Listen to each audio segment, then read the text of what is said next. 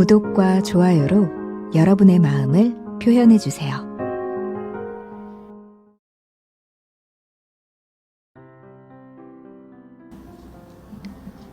안녕하세요. 소소한 책 이야기 이민아입니다.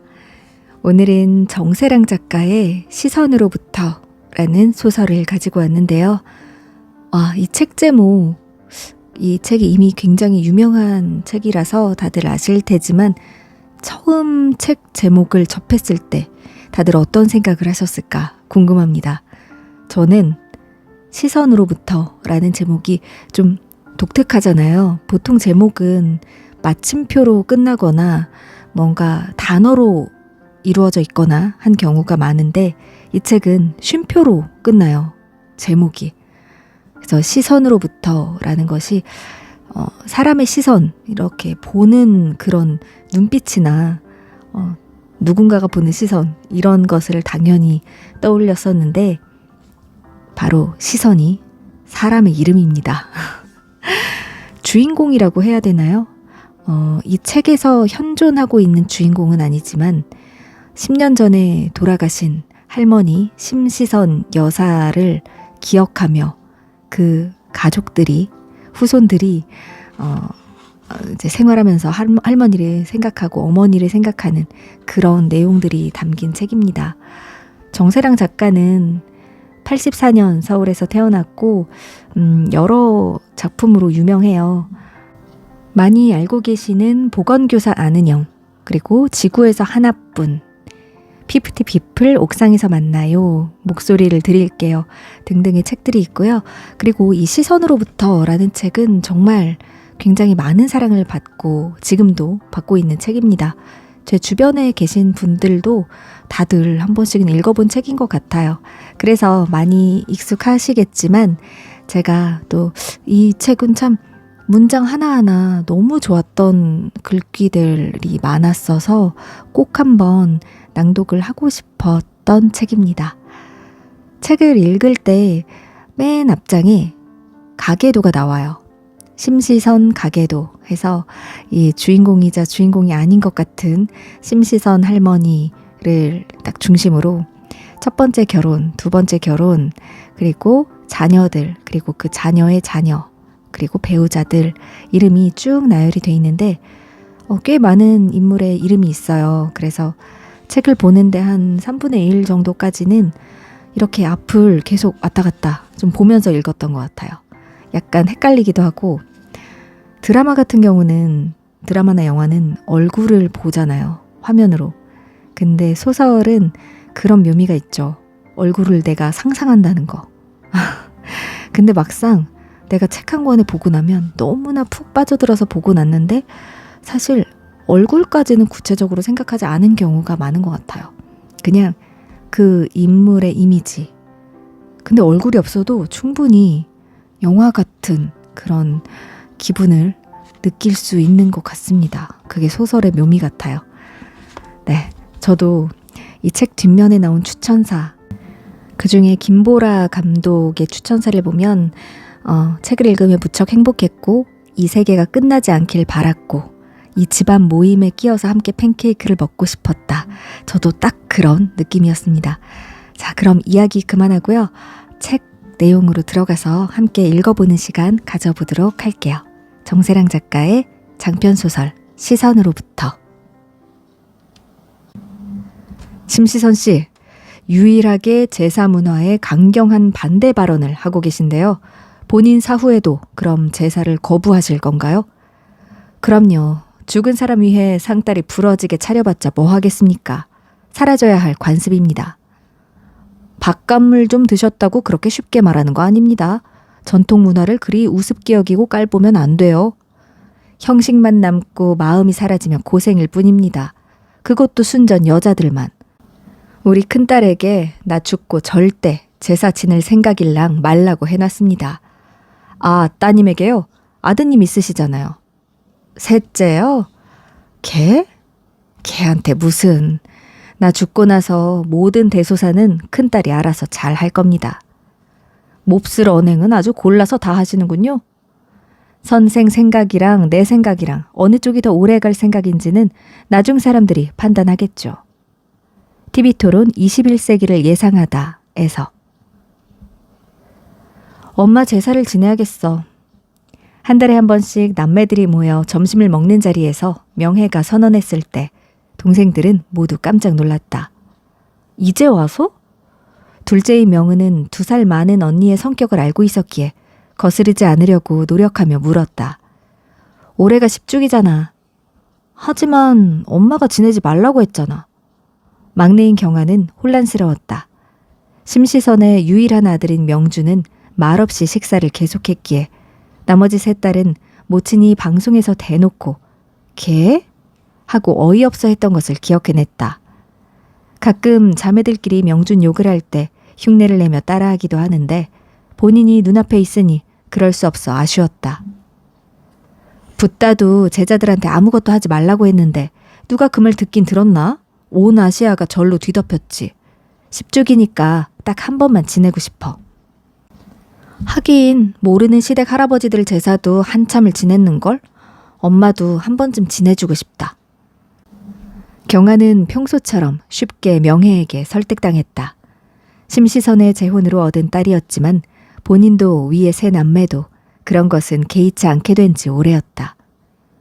본인이 싫다고 그랬는데 그러면 안 되지. 평소처럼 좋은 데 예약해서 엄마 사진 두고 식사나 하면 되잖아. 명은은 굽히지 않았다. 들어봐. 명혜가 안경을 닦아서 다시 썼다. 우린 하와이에서 제사를 지낼 거야. 그 말에는 동생 셋이 다 같이 첫째를 의심스러운 눈으로 쳐다봤다. 뭐?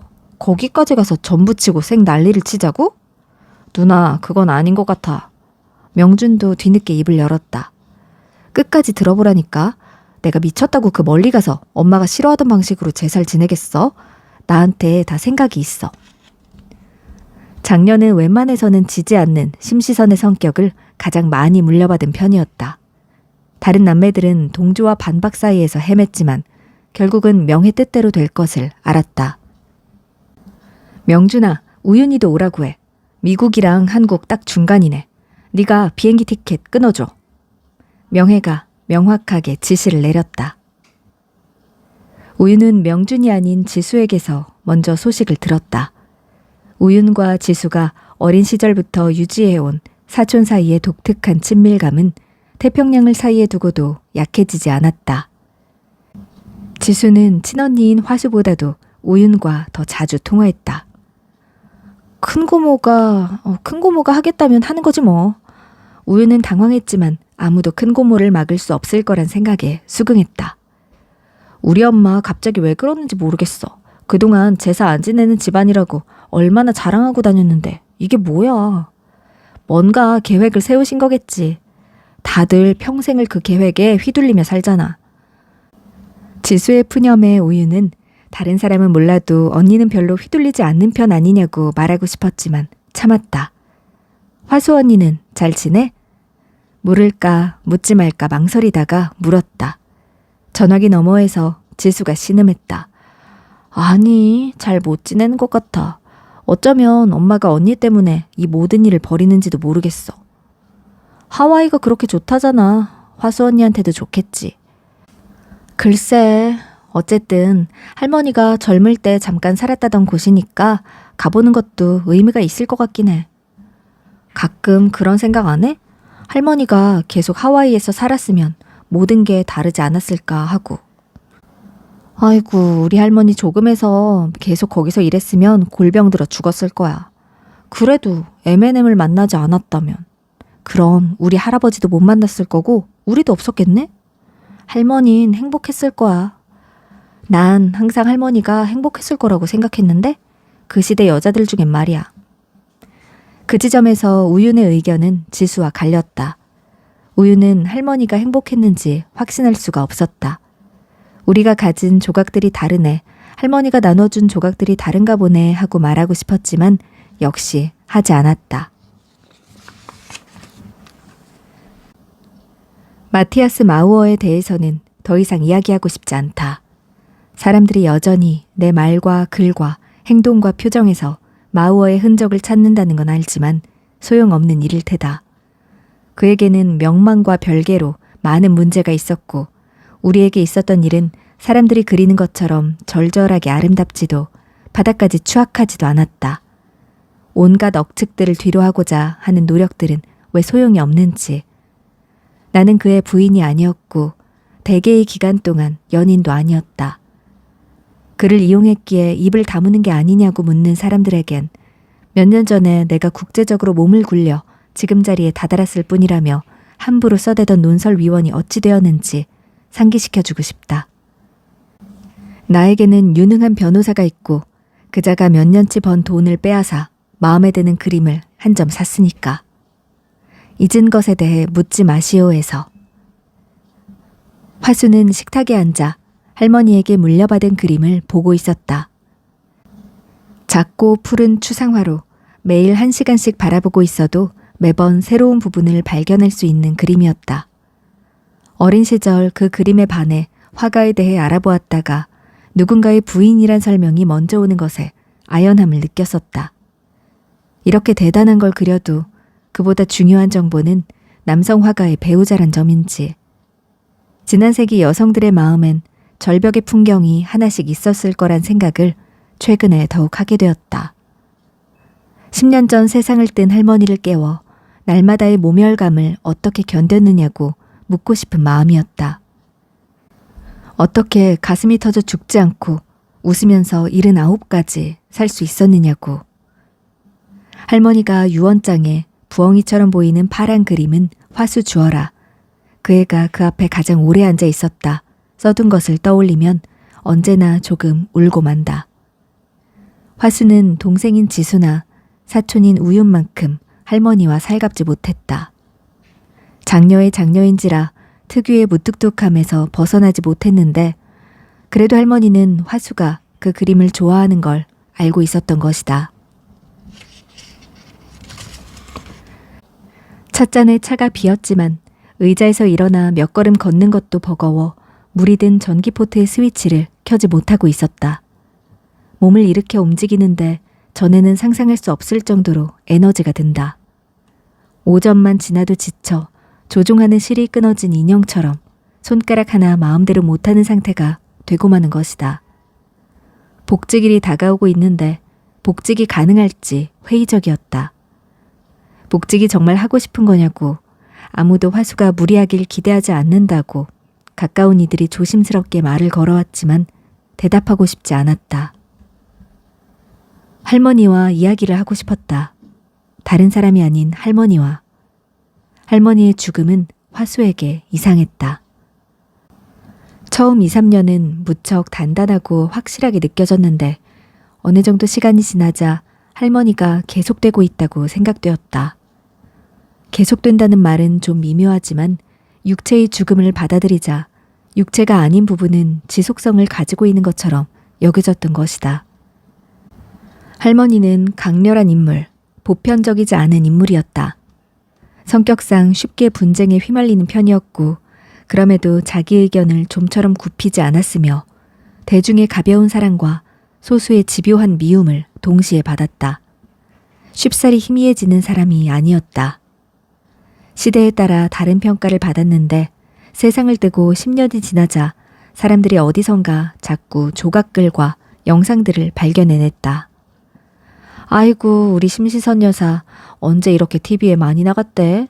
이건 우리도 못 본 거네? 엄마가 엄마의 엄마를 여사로 부를 땐 애정과 거리감이 함께 깃들어 있었다. 가족들이 쓰는 여러 그룹의 메신저에는 그때껏 존재하는지도 몰랐던 기록들이 자주 공유되었다. 엄마가 우리 정말 열심히 먹여 살렸다. 온갖 쪽글들 마다하지 않고 쓰면서. 명은 이모가 말했고 화수는 할머니로선 고된 일이었겠지만 자신이 세상의 다른 손녀들에 비해 유리한 입장에 있다는 걸 깨달았다. 할머니가 쓴 26권의 책이 있고 책 바깥에 다른 편린들도 적지 않게 존재했다. 그것을 모조리 입력한 인공지능을 만들어 이야기를 나눌 수 있다면 좋겠지만 아직 그런 시대가 오지 않았으므로 손에 넣는 대로 읽고 봄으로써 어느 정도 대화에 가까운 효과를 누리고자 했다. 하루에 몇 번씩 고장난 것처럼 멎는 화수였기에 진도는 느렸다. 오래된 책들에선 책벌레가 나오곤 해서 도서관에 가 소독기를 빌려 써야 했다. 멀지 않은 곳이었지만 화수에겐 멀었다. 4권쯤 읽었을 때 화수는 생각했다. 할머니는 왜 마티아스 마우어가 가학적인 학대자였다고 제대로 말하지 않았을까? 가족들은 알고 있는 사건들에 대해 더 정확히 쓰지 않았을까? 시대가 달라서였나? 요즘이라면 말할 수 있었을까? 그 망할 자식은 할머니에게 나이프를 던졌는데 말이다. 뭉툭한 유화 나이프였지만 그래도 나이프였고 할머니의 팔뚝 바깥쪽엔 흉터가 남았었다. 염을 할 때 보았다. 그 희미한 흉터를. 20세기에 생겨 21세기에 불타 사라진 흉터에 대해 화수는 자주 오래 생각했다. 빈 찻잔을 앞에 두고 허벅지가 불편할 때까지 앉아 있었더니 액자에 햇빛이 들어 반사가 심해졌다. 화수는 액자 유리에 비친 자신을 보았고 관자놀이와 턱, 목 아래로 이어지는 흉터를 살폈다. 분노로 겨우 자리에서 일어날 수 있었다. 테이블을 손바닥으로 밀며 한 발을 딛고 또 한 발을 디뎠다. 무릎과 어깨가 어색하게 움직였지만 무시하고 벽을 짚었다. 숨을 고르고 욕실로 걸었다. 분노를 연료 삼아선 안 된다고 말하는 사람들을 비웃어주고 싶었다.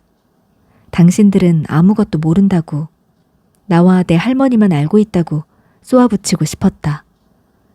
10분쯤은 활기가 지속될 것이었다. 선생님은 그럼 3분 중에 어느 분을 가장 사랑하셨나요? 마티아스는 스승이었지 사랑이 아니었어요. 그보다 왜 나한테 3사람밖에 없었을 거라고 생각하죠? 좌중 웃음. 여하튼 죽은 이들이 땅 밑에서 듣고 있을 것 같아 못 말하겠네요. 그럼 질문을 좀 바꾸겠습니다. 성공적인 결혼의 필수 요소는 무엇이라고 생각하나요? 폭력성이나 비틀린 구석이 없는 상대와 좋은 섹스. 좌중 웃음과 웅성거림. 왜요? 할머니가 섹스라고 말하면 웃긴가? 선생님도 참. 폭력성과 비틀린 구석이 없다는 건 너무 베이직 아닌가요? 베이직을 갖춘 사람이 오히려 드물다고 봅니다. 안쪽에 찌그러지고 뾰족한 철사가 있는 사람들. 배우자로든 비즈니스 파트너로든 아무데도 못 갖다 써요. 꼭 누군가를 해치니까. 그런데 그런 상대를 어렵게 만나 섹스를 한다고요? 흥미로운 대화나 서로에 대한 이해 같은 건요? 아이, 남편들이랑 무슨 대화를 해요. 그네들은 렌즈가 하나 빠졌어. 세상을 우리처럼 못 봐요. 나를 해칠까 불안하지 않은 상대와 하는 안전한 섹스. 점점 좋아지는 섹스 정도가 얻을 수 있는 겁니다. 렌즈요? 아무리 똑똑해서 날고 긴다 해도 다정하고 사려 깊은 성품을 타고났다 해도 우리가 보는 것을 못 봐요. 대화는 친구들이랑 합니다. 이해도 친구들이랑 합니다. 그렇지만 그럼 육체적인 것만이 한 사람에게 모든 것을 구하면 실패할 수밖에 없습니다. 우리가 인생에 간절히 필요로 하는 모든 요소를 한 사람이 가지고 있을 확률은 아주 낮지 않을까요? 그리고 규칙적인 근사한 섹스의 가치를 너무 박하게 평가하지 마세요. 스트레스 핸들링에 그만큼 도움되는 것도 잘 없습니다. 제법 괜찮은 섹스는 감은 눈에 존재하지 않는 색깔이 떠오르게 하니 그림 일기를 쓰고 싶어질지 몰라요. 육체적 관계를 그다지 즐기지 않는 사람은요? 사흘에 한 번씩 섹스를 하고 싶은 사람들 말고는 결혼을 안 하는 게 좋지 않겠습니까? 여성 XX 주최 다과회 녹취록에서 이거 자기네 시어머니 아니야? 하고 모임 친구가 휴대폰을 내밀었을 때 난정은 마음의 준비를 했다. 어머님 또 뭐라고 하신 거야? 누군가 빙글빙글 웃으며 곤란한 내용의 무언가를 불쑥 내미는 일이 처음은 아니었다. 아, 맞는 말인 듯 궤변인 듯 엄청 애매하네. 다 보고 나서 난정이 말하자 모임 친구들이 깔깔 웃었다. 우윤의 중학교 때 반 친구 엄마들이었다. 막상 아이들은 서로 만나지 않는데 엄마들만 오랜 기간 모임을 유지했다. 살아계실 때 싫은 부분은 없었어? 아무래도 보통의 시어머니는 아니었잖아. 늘 소문과 분쟁에 휩싸여 사셨으니 그런 면이야 가족으로선 신경 쓰였지만 편애가 없어서 편했어. 아들에 대해서나 딸에 대해서나 자기 자식에 대해서나 데려온 자식에 대해서나. 무관심하셨나? 그거 좋았겠네. 아니, 무관심하진 않았어. 워낙 본인 일에 몰두해 있었긴 한데 그건 우리 남편도 그렇지. 꼭 닮아선.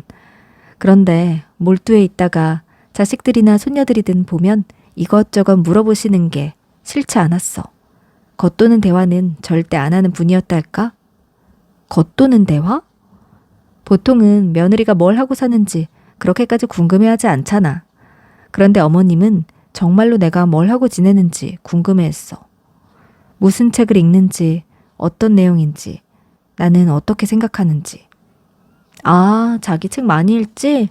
그래서 잘 지냈겠네. 친구의 말에 난정은 웃었다.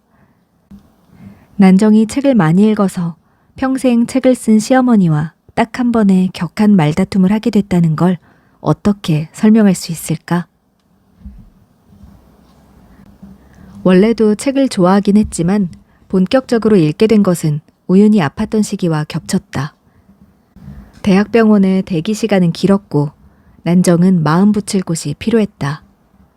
아픈 아이를 들여다보고 있으면 비명을 지르고 싶어져서, 그러나 비명을 지를 수 있는 성격은 아니어서 머리를 통째로 다른 세계에 담가야만 했다.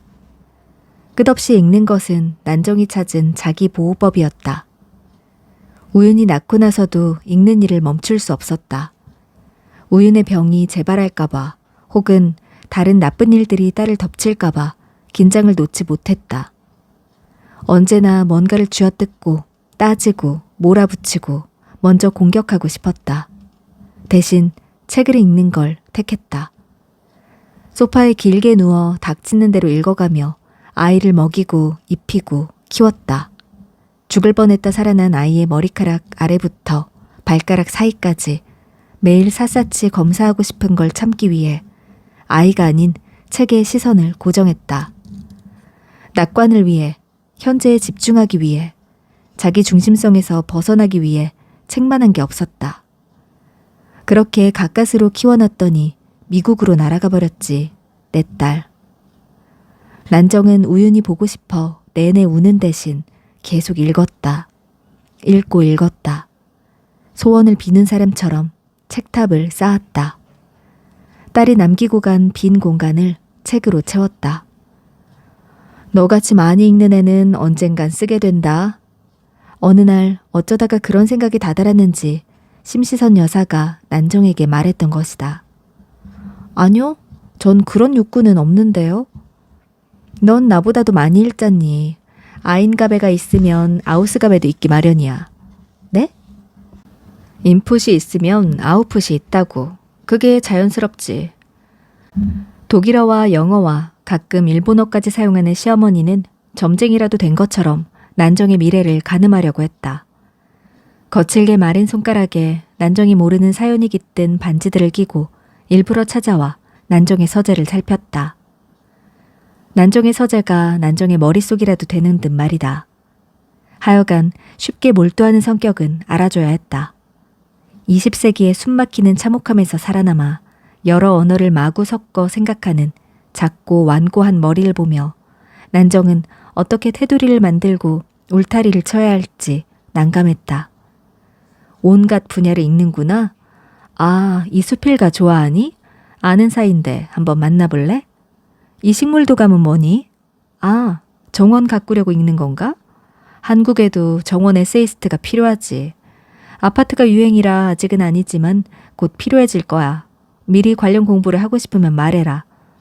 명준이가 너 집에 두는 거면 내가 이야기할게. 그렇게 키우지 않았는데 누굴 닮았는지. 제 아비도 그런 사람은 아니었어. 두 집 사이의 격한 내리막과 오르막은 가족들 사이에서 V자 협곡으로 불리곤 했는데 심시선은 별로 힘들이지 않고 오락가락하며 난정의 서재 책등에서 무언가를 읽어내려 했다. 갑골문을 해석하려는 사람처럼 미간을 좁혔다. 우윤이 아프고 너희 둘 다 직장 그만뒀을 때 나는 네가 돌아가고 명준이가 못할 줄 알았다. 그 반대로 일이 풀리다니 영 씁쓸했어. 그렇게 영특한 너랑 심지락은 하나도 없는 명준이랑. 그런 시대였잖아요. 지금도 그렇게 달라지지 않았고요. 자기 이름을 들었는지 명준이 작업실 문을 조용히 열고 나왔다. 눈짓으로 도와달라고 신호를 보냈지만 못 받는지 모른 척하는지 작업실 문가에 기대어 섰을 뿐이었다. 도움이 안 되는 인간 같으니 원망스러웠다. 뭐든 쓰렴. 출판사를 알아보자. 물론 내가 나서면 청탁처럼 되어버리니까 조심해야겠지만 네가 누군지 말 안 하고 슬그머니 이런 원고가 있다고 가벼운 소개 정도는 해도 되지 않겠니? 어머님, 저는 쓰고 싶은 마음이 없어요. 벌써 몇 번이나 말씀드렸는데 왜 그렇게 제 말을 튕겨내세요? 우연히 아팠을 때 저희 경제적으로 지탱해 주셨던 거 감사하게 생각해요. 제가 일하러 돌아가지 못한 것에 대해서도 신경 써주시는 거 알고요. 그런데 전 읽는 걸 좋아하는 거지 쓰고 싶은 마음은 없어요. 저는 어머님이 아니에요. 그렇게 많이 읽는데? 별의별 것에 대해 다 읽는데? 아니야, 그럴 리 없어. 애벌레처럼 읽는 사람은 결국 쓰게 되는 거야. 애벌레. 난정은 자신의 어지러운 서재를 돌아보며 바로 부정하지 못했지만 곧 반격할 거리를 생각해냈다. 그렇게 단언하시면 안 돼요. 세상에 단언할 수 있는 건 하나도 없고 단언하는 사람은 쉬이 믿으면 안 된다고 어머님이 4번째 책에서 한 단원 분량으로 말씀하셨잖아요. 그때 심시선이 지은 망연한 표정을 난정은 잊을 수가 없었다. 자기 책을 인용해 반격한 며느리를 보고 입을 벌렸다 다물었다. 어떻게든 뒤집어 보려고 애쓰다가 힘이 빠졌는지 애처롭게 난정의 독서의자에 쭈그리고 앉았다. 난정은 너무했나 싶었지만 영역을 지키려면 어쩔 수 없었다. 우리 엄마를 이기다니 대단하다. 유효한 전략을 발견했잖아? 시어머니가 시무룩하게 돌아가고 나서 희희낙낙하는 남편을 보며 난정은 빈정이 상했다. 좀 도와주지. 뒤에 멀뚱멀뚱 서 있기나 하고. 내가 어떡해? 잘하던데? 뭐 명혜 누나도 그렇게 못했을걸? 착한 척하며 사실은 심지 없는 놈. 만날 개? 하고 놀림받아도 쌌다. 명주는 배우자의 야박한 평가에 굴하지 않은 채 누나들과 여동생에게 유효한 전략을 전파했고 심시선 여사는 이내 자식들과 말다툼을 할 때마다 인용 공격을 당하며 머리를 싸매야 했다. 말을 너무 많이 했어. 무슨 말을 했는지 기억도 사실 잘 안 나. 너희 먹여 살리려고 그런 건데 이 배은망덕한 것들. 엄마가 재작년에 자식들에겐 절대 보상을 바라면 안 된다고 신문에 썼잖아. 시끄러워. 가끔 그렇게 꽥하고 성질을 부릴 때도 있었다. 언제나 교양이는 아니었다. 외국어도 잘하고 욕도 잘하는 사람이었고 어쩌면 그것은 같은 능력일지도 몰랐다. 아, 어머님 보고 싶네. 난정은 생각했다. 피곤할 때가 없었던 건 아니었지만 싫지 않았다. 어떤 순간엔 좋아하기도 했다. 그런 관계였다. 하와이? 하와이에서 제사를 지낸다고?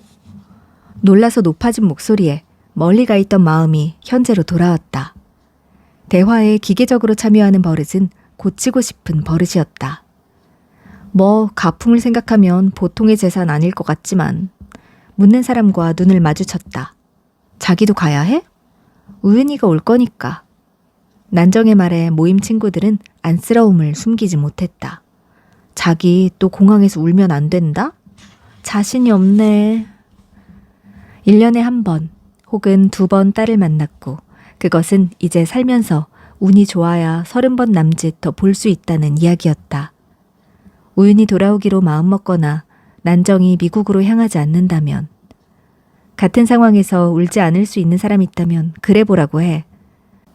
난정은 의자 깊숙이 몸을 기댔다. 지난번에 우윤을 만나러 갔을 때 트렁크에 두꺼운 책 6권을 들고 갔더니 우윤이 절레절레하며 인터넷으로 주문해준 전자책 단말기를 이제 박스에서 꺼낼 때인 듯했다. 노안도 있는데 글씨 크기를 조절해가며 읽으면 좋을 테지만 평소 난정은 정글 같은 서재에서 언제 샀는지 기억도 나지 않는 책을 우연히 고르는 것을 좋아해 별로 사용하지 않았었다.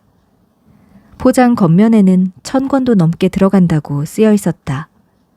1000권과 함께라면 시누이들과의 여행도 견딜 수 있을 터였다.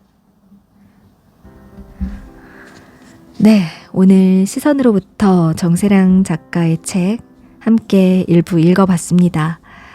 네, 저도 이게 얼마 전에 한번 쭉 읽어본 책인데 이렇게 다시 처음으로 돌아가서 읽으니까 또 다시 새록새록 새겨지는 기분이 있네요.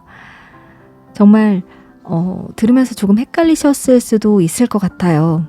그 심시선 여사의 가계도를 좀 옆에 두고 보면서 처음에는 체크해가면서 읽어야 하는 그런 부분이 있습니다. 이 책을 읽으면 20세기 그리고 21세기 이렇게 지난 세기, 지금 세기 이런 이야기들이 좀 나와요. 그리고 여자들을 둘러싼 그런 스토리라고 할 수 있는데 참 그렇게 현대사의 그런 역사적인 시기를 거쳐가면서 여자들의 그런 환경, 여자들이 이 사회로부터 세상으로부터 대우받았던 그런 것들을 좀 이야기에 많이 녹여냈다는 생각이 드는 그런 책입니다. 뒤에 그런 이야기도 있어요. 여기 나오는 딸들 그리고 자녀들, 그런 여자들이 기센 여자들이 아닌 기세 좋은 여자들이라는 표현이 있습니다. 그게 굉장히 와닿고요. 다들 멋진 뭔가 그런 캐릭터예요. 하나하나 한 명 한 명 좀 다들 개성 있고 뭔가 뚜렷한 그런 성격인데 다들 주변에서 있을 법한 그런 인물들이 한 명씩 포진이 돼 있습니다. 그리고 또 매력 있는 인물들도 많이 나오고요. 그렇게 여성의 지위와 역할 이런 것들에 대해서 생각을 해보게 되는데 요즘에 제가 접했던 그런 컨텐츠들이 그런 게 많았던 것 같아요. 개인적으로 작은 아씨들이라는 고전 있죠. 그 영화를 최근에 또 다시 봤거든요. 2020년, 19년 그쯤에 제작된 영화인데 그걸 다시 재개봉해서 영화관에서 봤는데 또 그런 여성에 관한 부분이 나와요. 그래서 그걸 또 봤었고 또 최근 넷플릭스에서 봤던 브리저튼이라는 드라마에서도 또 그런 걸 생각해 볼 수 있는 부분이 나왔기 때문에 이 책을 읽으면서도 그렇게 여성의 권리가 어떻게 변해왔는지 그리고 지금 불과 얼마 전, 몇십 년 전만 해도 지금과 어떻게 달랐는지 그런 것들을 많이 생각해 볼 수 있는 요즘이었습니다.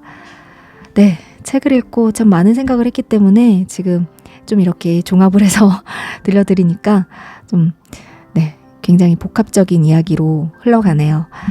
참 책은 많은 생각을 할 수 있게 해주는 것 같아요. 어떨 땐 그런 것들이 좀 머리에서 막 꼬여서 이렇게 정리해서 말하는 게 힘들 때도 있는데 근데 사실 이렇게 말을 하지 않는다고 치면 또 상관없는 것 같아요. 머릿속에서 동시다발적으로 다양한 생각들이 막 복합적으로 떠오를 때 그 기분이 나쁘지는 않습니다. 나쁘지만은 않아요. 네, 그러면 오늘도 또 각자의 좋은 책으로 또 좋은 하루 보내시길 바라고요. 저는 다음 시간에 또 다른 책 가지고 찾아오도록 하겠습니다. 오늘도 좋은 하루 되세요. 들어주셔서 고맙습니다.